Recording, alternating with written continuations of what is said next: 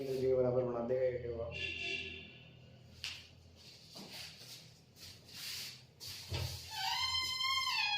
कहाँ बाहर ही हो, अंदर नहीं आते वापस दोबारा? ना कैमरा चल रहा है? हाँ हेलो हाँ भाई बंद कर दो।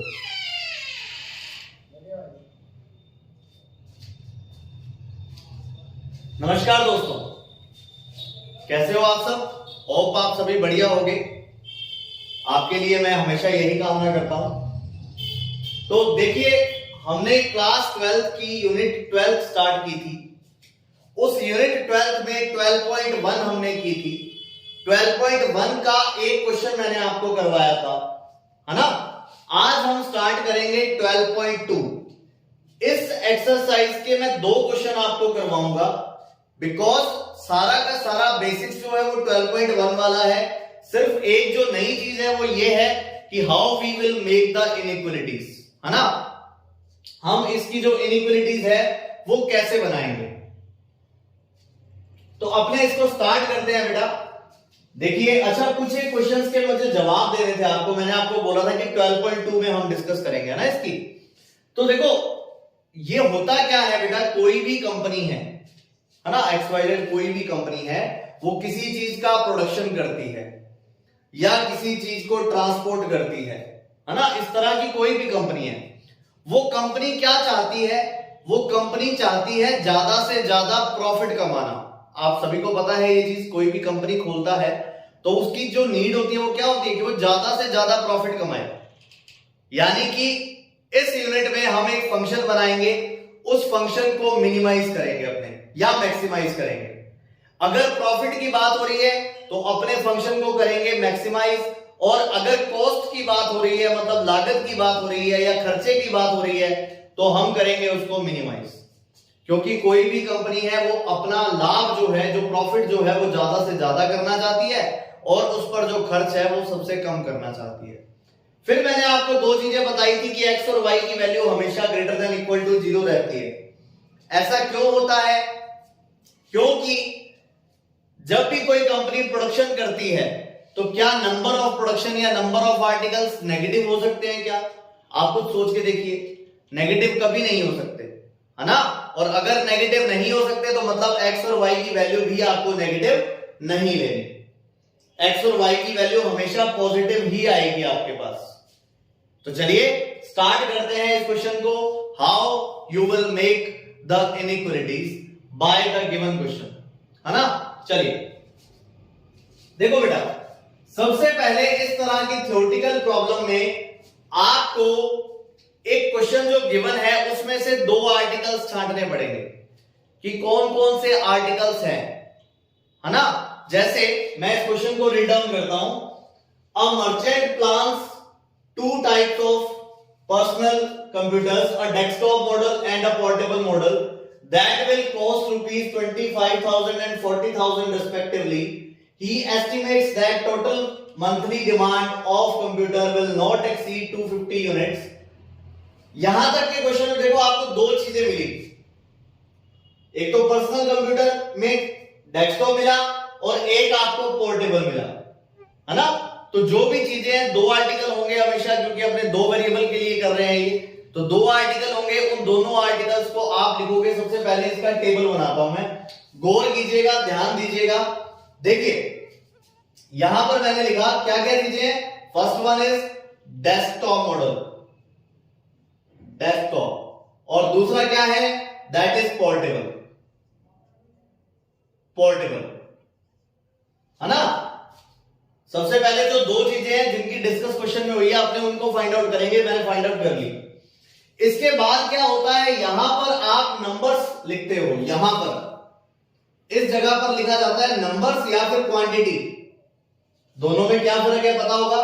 The things which are countable are called numbers, है ना? और जिसको तोला जा सके दैट इज कॉल्ड क्वांटिटी।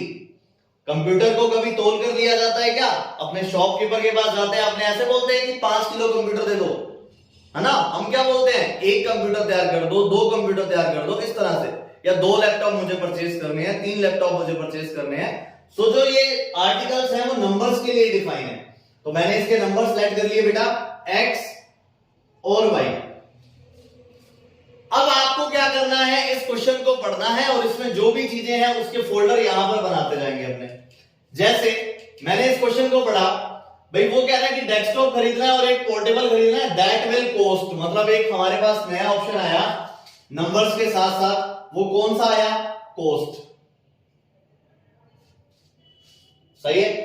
अच्छा फिर अपने आगे बढ़ते हैं, आगे बढ़े तो अपने को पता लगा determine the number of unit of each type of computers which the merchant should stock to get maximum profit if he does not want to invest more than 70 lakh and his profit on the desktop model and portable model। मतलब एक चीज उसने और दे दी, वो क्या बोल रहा है, profit,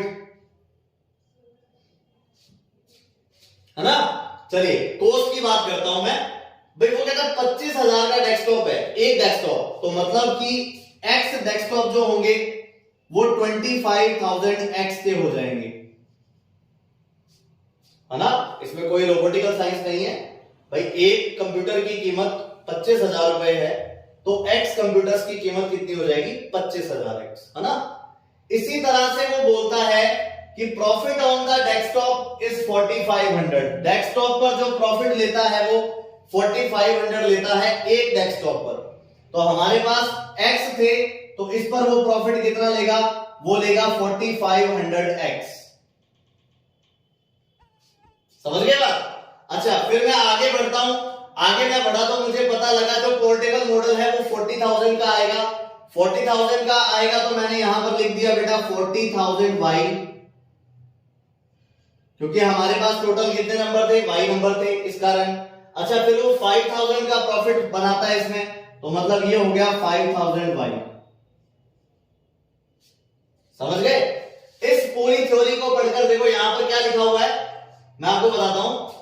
total monthly demand of computers will not exceed 250 250, मतलब कि उनकी जो डिमांड है दोनों की कुल मिलाकर 250 से ज्यादा नहीं है ना। यानी कि इन दोनों का जो सम है वो हमेशा 250 रहेगा या 250 से कम रहेगा। वो बोल रहा है 250 से ज्यादा नहीं है, 250 से ज्यादा नहीं है मतलब या तो 250 है या उससे कम है, इस तरह से, है ना। अच्छा चलो, उसके पास इन्वेस्ट करने के लिए 70 लाख रुपए हैं, ये भी हमें क्वेश्चन में दिया हुआ है, हम नहीं बोल रहे। जैसा कि यहां पर दिया हुआ है he does not want to invest more than 70 lakh rupees है बेटा ये, ठीक है ना। वो क्या करना चाहता है, 70 लाख रुपए इन्वेस्ट करना चाहता है, इससे ज्यादा उसके पास नहीं है। यानी कि वो जब परचेज करेगा तो 70 लाख रुपए इन्वेस्ट करके परचेज करेगा, या तो पूरे पूरे 70 लाख और या फिर उससे कम। ये बन गई बेटा आपकी table. After making this table हमें क्या करना है, हमें करना है z की वैल्यू बनानी है। z की वैल्यू बनाने से क्या मतलब है, हमारा ऑब्जेक्टिव फंक्शन होता था z, तो आपको क्वेश्चन में प्रॉपरली मेंशन होगा कि z कौन सा है। जैसे ये बोलता है should stock to get maximum profit, मतलब कि वो रिटेलर या वो सेलर क्या करना चाहता है, मैक्सिमम प्रॉफिट अर्न करना चाहता है। तो जब कभी भी मैक्सिमम प्रॉफिट, मैक्सिमम कॉस्ट या किसी भी चीज के मैक्सिमम होने की बात होती है तो वो ही हमारी z की वैल्यू होती है z। मतलब कि z की वैल्यू क्या आएगी, 4500 x एज वेल 5000 y। ये अपने पास हो गई z की वैल्यू। फिर उसने बोला था कि वो 250 कंप्यूटर से ज्यादा नहीं खरीद सकता, मतलब कि उसका क्राइटेरिया कितना हुआ, या तो वो 250 खरीदेगा या फिर 250 से कम खरीदेगा, है ना। या तो 250 से ज्यादा या 250 से कम। तो अपने पास इनइक्वालिटी बनी x plus y less than equal to 250। आपको ये चीज क्लियर होनी चाहिए कि ये लेस देन इक्वल टू कैसे आया।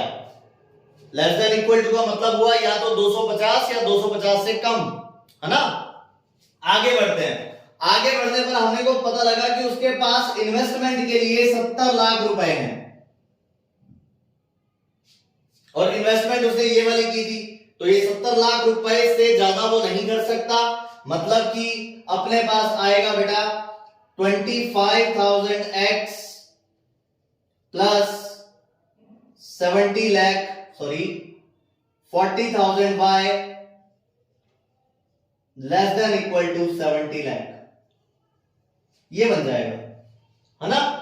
और एक सुजेशन है, आप अगर माने तो आप इसको कैंसिल कर लीजिएगा पहले, जितना मैक्स टू मैक्स ये कैंसिल हो रहा है उतना, है ना। तो ये अपनों ने 3 0 से 3 0 कैंसिल कर दिए, 5 का मैं डिवाइड दूंगा तो बन जाएगा 5x plus 8y less than equal to 1400, समझे। अच्छा, दो इनइक्वालिटीज आपको पता है as well, xy greater than equal to 0, ये मैं आपको पहले भी बता चुका हूं। भाई कोई कंपनी क्या कर रही है, वो प्रोडक्शन कर रही है ना, या कोई सेलर क्या कर रहा है, वो कुछ चीज खरीद रहा है या बेच रहा है, तो जब भी वो कोई भी क्वांटिटी खरीदेगा या बेचेगा तो वो नेगेटिव तो नहीं हो सकती, नेगेटिव नहीं हो सकती, तो मतलब x और y की वैल्यू हमेशा ग्रेटर देन इक्वल टू 0 ही रहने वाली है, समझे बात। तो ये हमारे पास सेम प्रॉब्लम बन गई 12.1 वाली, जो हमने लास्ट वीडियो में डिस्कस की थी, ठीक है। अच्छा, फिर मैं इसको आगे सॉल्व करता हूं। आगे सॉल्व करेंगे जब, तो अपना पहला स्टेप जो था वो था चेंज द गिवन इनइक्वालिटी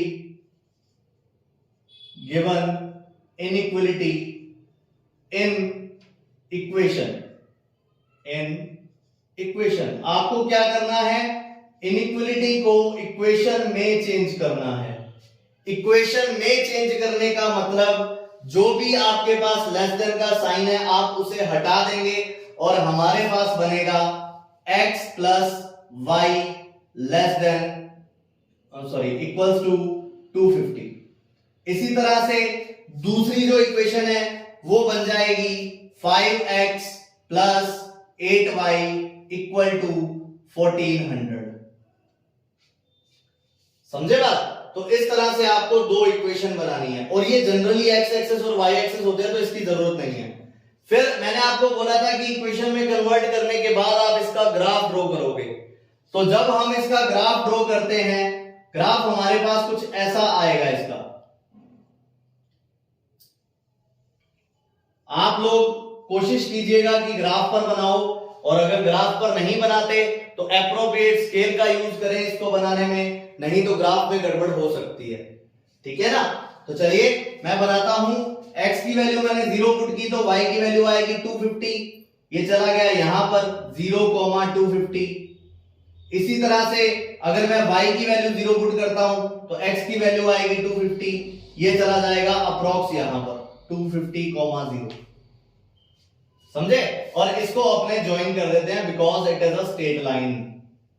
तो मैंने क्या किया, इसको ज्वाइन कर दिया, समझे बात। फिर अपने क्या करेंगे, यहां पर x की वैल्यू 0 पुट करेंगे और y की वैल्यू फाइंड करेंगे।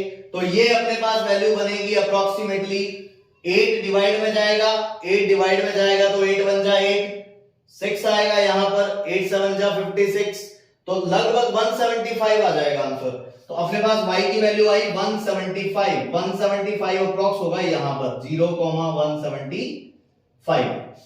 इसी तरह से जब मैं y की वैल्यू 0 पुट करूंगा और x की वैल्यू फाइंड करूंगा, इट विल बी 280 का मतलब आप थोड़ा सा इसको एक्सटेंड करोगे और यहां पर बनाओगे तो 280 बन जाएगा। इसे थोड़ा सा आगे 280,0, और इन दोनों पॉइंट्स को मैं कर देता हूं ज्वाइन,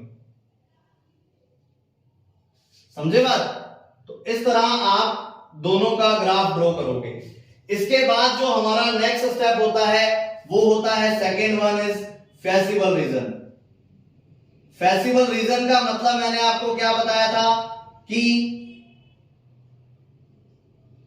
एक ऐसा एरिया जो दोनों इनइक्वालिटीज को सेटिस्फाई करता है ना, उसको बोलते हैं फेसिबल रीजन। आपने इक्वल का साइन यूज कर लिया, अब सेकेंडली आप यूज करोगे लेस देन वाला साइन, ये लीजिए 0 नहीं है, सॉरी 250 है ना। तो आपको अब क्या करना है, लेस देन वाला साइन कैलकुलेट करना है। तो कैसे करेंगे, लेस देन वाले साइन के बाद आप इसमें एक ऐसा पॉइंट पुट करोगे जहां से लाइन पास नहीं हो रही। तो ये वाली लाइन कहां से पास नहीं हो रही, ओरिजिन से पास नहीं हो रही, सो आप क्या करोगे, इसके अंदर 0 0 पुट कर दोगे। जैसे ही 0 0 पुट करते हो ये बनेगा 0 लेस देन 250 और ये वाला जो रिजल्ट है वो ट्रू है। अगर ट्रू है तो इस लाइन का जो एरिया होगा वो अंदर की तरफ होगा, टुवर्ड्स द पॉइंट होगा। इसी तरह से आप क्या करोगे, 5x plus 8y less then 140 है आपके पास, आप 0 0 पुट करोगे तो 0 लेस देन 140। समझे बात?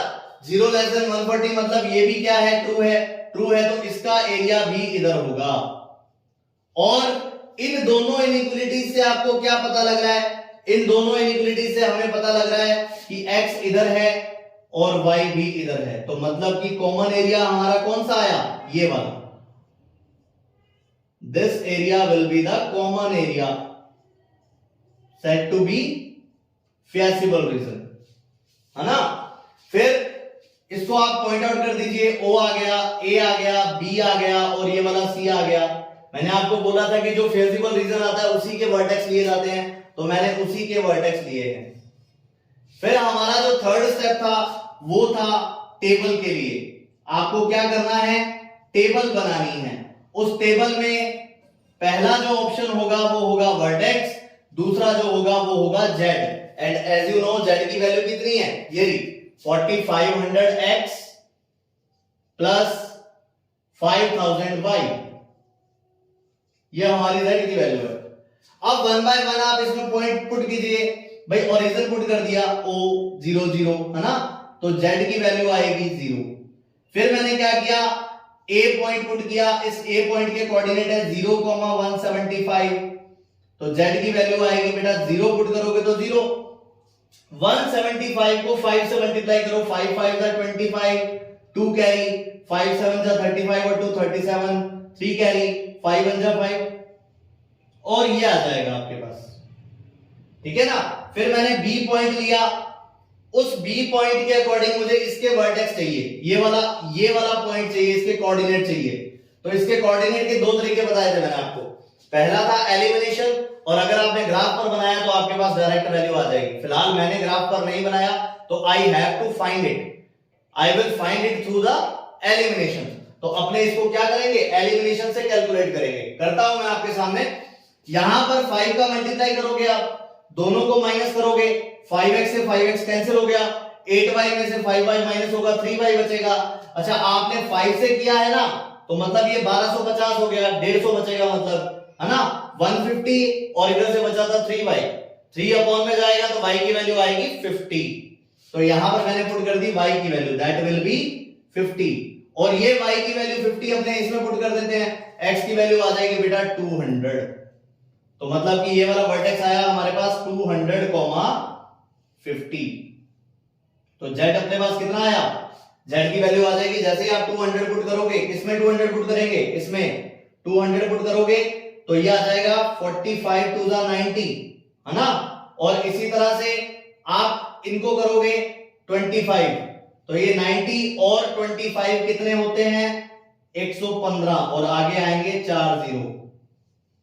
समझे बात। फिर अपने पास यहां आ गया c की वैल्यू ये रही 250,0, तो यहां पर मैंने लिखा 250,0, z की वैल्यू अपने पास आ गई 250 पुट करते। भाई देखो 0000 तो मतलब 4 0 तो आने ही है, वो मैं लगा देता हूं। 25 को मैंने किससे मल्टीप्लाई किया, सॉरी भाई 3 0 आएंगे ना यहाँ। अच्छा 25 को मैंने किससे मल्टीप्लाई किया, मैंने मल्टीप्लाई किया 45 से, तो 25 5 जा इट्स 125, 12 कैरी। फिर ये बन गया पूरा का पूरा 100 और 12 कितने होते हैं, 112। तो इस तरह से मैंने सारी की सारी वैल्यूज निकाल ली। अब आपको यहां पर दिख रहा होगा कि मैक्सिमम वैल्यू कौन सी है या मिनिमम वैल्यू कौन सी है, जो भी। तो जो मैक्सिमम है वो मैक्सिमम है, जो मिनिमम रहेगी वो मिनिमम रहेगी, है ना। सबसे बड़ी वैल्यू आपको कौन सी दिख रही है, मुझे दिख रही है ये वाली, नहीं ये वाली। तो this is your z maximum. इस तरह से मैक्सिमम वैल्यू कैलकुलेट की जाती है, ठीक है। और लास्ट स्टेप था हमारा fourth step, which is said to be verification of the question। आपने जो किया आपको उसको वेरीफाई करना पड़ेगा, है ना। तो वेरिफिकेशन अपने इसका कैसे करेंगे, वेरिफिकेशन करने के लिए मैंने आपको बोला था कि अगर आप मैक्सिमम वैल्यू फाइंड कर रहे हो तो आप यहां पर लेट करोगे, let z will be greater than 115,000,000 है ना, 11,50,000 से बड़ा होगा z की वैल्यू। अच्छा फिर z है क्या, z हमारे पास z की वैल्यू है 4500x, फिर अपने पास है 5000y ग्रेटर देन 115,000,000। यहां पर 2 0, ये 2 0 और ये 2 0, मतलब रेस्ट वैल्यू में आप किसका डिवाइड दे दोगे, 5 का डिवाइड दोगे, 5 का डिवाइड दोगे तो 9x plus 10y greater than, यहां 5 का डिवाइड दिया, 5 2 10, 1 5 3 15, फिर लास्ट अपने पास 2 0 बच जाएंगे इस तरह से। फिर आपने क्या किया, इस इनइक्वालिटी को ग्राफ पर प्लॉट करेंगे। ग्राफ पर प्लॉट करते हैं जब अपने, तो जैसे मैंने x की वैल्यू 0 पुट की, x की वैल्यू 0 पुट करते ही y की वैल्यू आएगी 230, 230 का मतलब बीच में कहीं पर, यहां 0,230। फिर मैंने y की वैल्यू 0 पुट कर दी, y की वैल्यू 0 पुट करेंगे तो अपने पास आ जाएगा 2300 डिवाइडेड बाय 9, तो इसका मतलब हुआ कितना, 9 2 18 5 है ना, फिर अपने पास आएगा 9 5 45 और 255 के आसपास, तो लगभग वैल्यू आएगी यहां पर, कितनी है ये वैल्यू 2300/9,0। इन दोनों को मैंने ज्वाइन किया, ये लीजिए इन दोनों को मैंने कर दिया ज्वाइन। ज्वाइन करने के बाद आप इसका फेजिबल रीजन कैलकुलेट करोगे, तो वो फेजिबल रीजन जो आएगा वो आएगा 0 ग्रेटर देन 2300, जो कि आपको साफ पता लग रहा है कि फॉल्स है। अगर ये फॉल्स होगा तो इसका एरिया ऊपर की तरफ, और आपको मैंने बोला था कि अगर कॉमन फील्ड आ रहा है तो इसका मतलब आपका आंसर गलत है, और अगर कॉमन फील्ड नहीं आ रहा तो इसका मतलब आपका आंसर सही है। यानी कि हमारा जो z मैक्सिमम होगा वो z मैक्सिमम ये ही होगा, मतलब उसको 200 तो खरीदने पड़ेंगे डेस्कटॉप और 50 खरीदने पड़ेंगे पोर्टेबल। समझ आई बात, इस तरह से आप क्वेश्चन करते हैं। तो फर्स्ट ऑफ ऑल आपको इस क्वेश्चन की टेबल बनानी है, फिर इनइक्वालिटी बनानी है, उसके बाद सेम है जैसा हमने कल किया था वैसा ही आज, ठीक है। तो आज के लिए इतना ही friends, thank you very much, have a nice day.